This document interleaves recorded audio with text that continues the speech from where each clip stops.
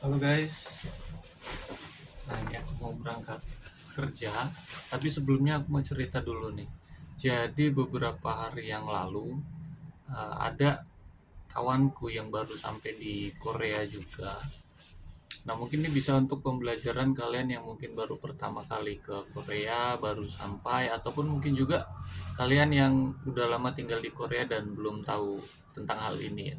Jadi beberapa hari yang lalu itu kawanku pulang kerja itu di satu mes ini juga, jadi kawanku pulang kerja dan di jalan itu menemukan sebuah apa, kotak. Jadi kotaknya itu nggak terlalu besar lah, mungkin separuh dari besar handphone kita lah ya. Nah terus nggak sengaja itu dia melihat itu loh, ini ada kotak apa nih, gimana kalau aku coba lihat itu ya, di jalan, posisinya di jalan umum ya, di jalan lintas. Nah kemudian dia coba ambil dan dia buka, dan ternyata isinya adalah kamera, dan tipenya itu sejenis GoPro gitulah. Nah tapi karena dia tahu dia di Korea, nah dia kembalikan sebetulnya sorry apa, kameranya itu. Jadi dia kembalikan, tapi karena dia melihatnya sambil posisi berjalan, jadi dia ngambilnya nih di sini, dia sambil buka sambil jalan. Terus karena dia tahu itu kamera, dia taruh lagi nih. Tapi taruhnya itu di beda tempat dan di pinggir pinggir jalan.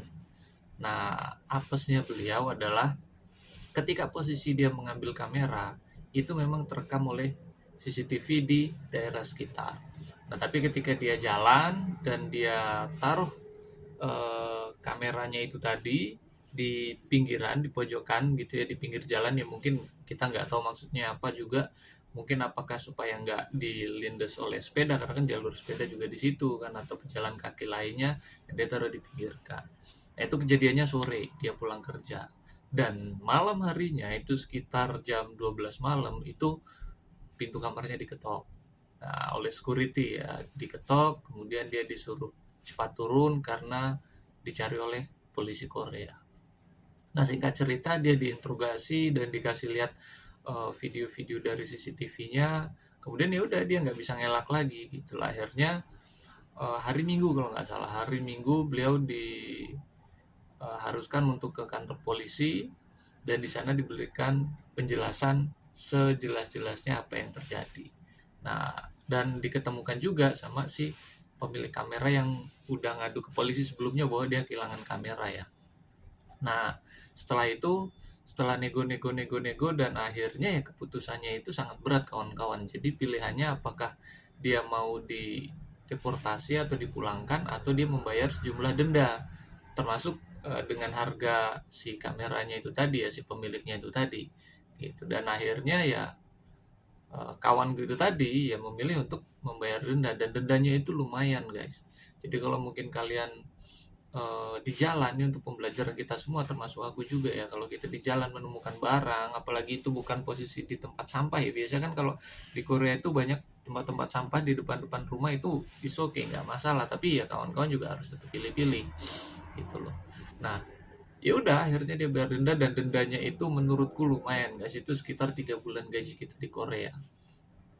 Ya menurutku gini, kalau misalkan kawan-kawan menemukan barang yang seperti itu, mendingan memang nggak usah diambil deh, cukup dilihat, cukup tahu, udah gitu tinggal aja gitu, karena itu bukan urusan kawan-kawan, itu juga bukan punya kawan-kawan, jadi ya lebih baik ya udah dibiarkan begitu saja supaya hal serupa tidak terjadi. Bayangkan kalau misalkan dia dipulangkan saat itu, dia nggak mau bayar denda tuh senilai 6 juta won, ya udah dia dipulangkan, padahal baru sampai di Korea itu sekitar mungkin 3 bulanan dia di sini guys gitu. Oke, mungkin kawan-kawan uh, suka dengan cerita seperti ini, boleh tulis di kolom komentar guys. Thank you.